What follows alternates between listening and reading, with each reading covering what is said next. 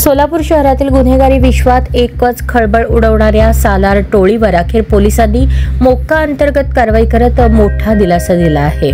मौलाना आझाद चौकात झालेल्या हाणामारी आणि दहशतीच्या घटनेनंतर तपासादरम्यान या टोळीविरुद्ध संघटित गुन्हेगारीचा ठोस पुरावा समोर आल्याने ही कारवाई करण्यात आली आहे। 2 जुलै 2025 रोजी दुपारी 2:30च्या सुमारास मौलाना आझाद चौक नई जिंदगी सोलापूर येथे सोहेल रमजान सय्यद या तरुणाने आरोपींकडे उसने दिलेले पैसे परत मागितले असता त्यावरून सालार टोळीच्या सदस्यांनी त्याच्यावर लाथाबुक्क्यांनी हल्ला केला। आरोपी फैसल सालार याने चाकू दाखवून धमकी दिली।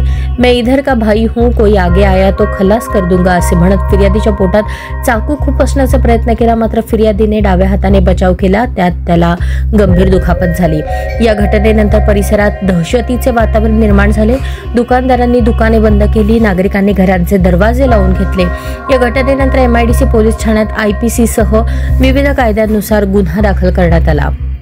फैसल सालार, जाफर शेटे, टिपू सालार, पापड्या, अक्रम पैलवान, वसीम उर्फ मुकरी ही टोळी 2015 पासून सोलापुरात गुन्हेगारी कारवायांमध्ये सक्रिय आहे।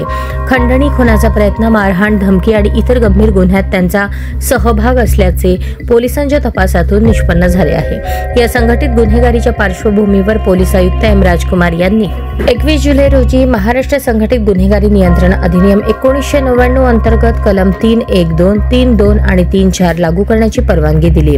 त्यामुळे आता या टोळीविरुद्ध अधिक कठोर कारवाईचा मार्ग मोकळा झाला आहे। या प्रकरणाचा तपास सहाय्यक पोलीस आयुक्त गुन्हे राजन माने करत असून टोळीच्या इतर सदस्यांचा शोधही सुरू आहे।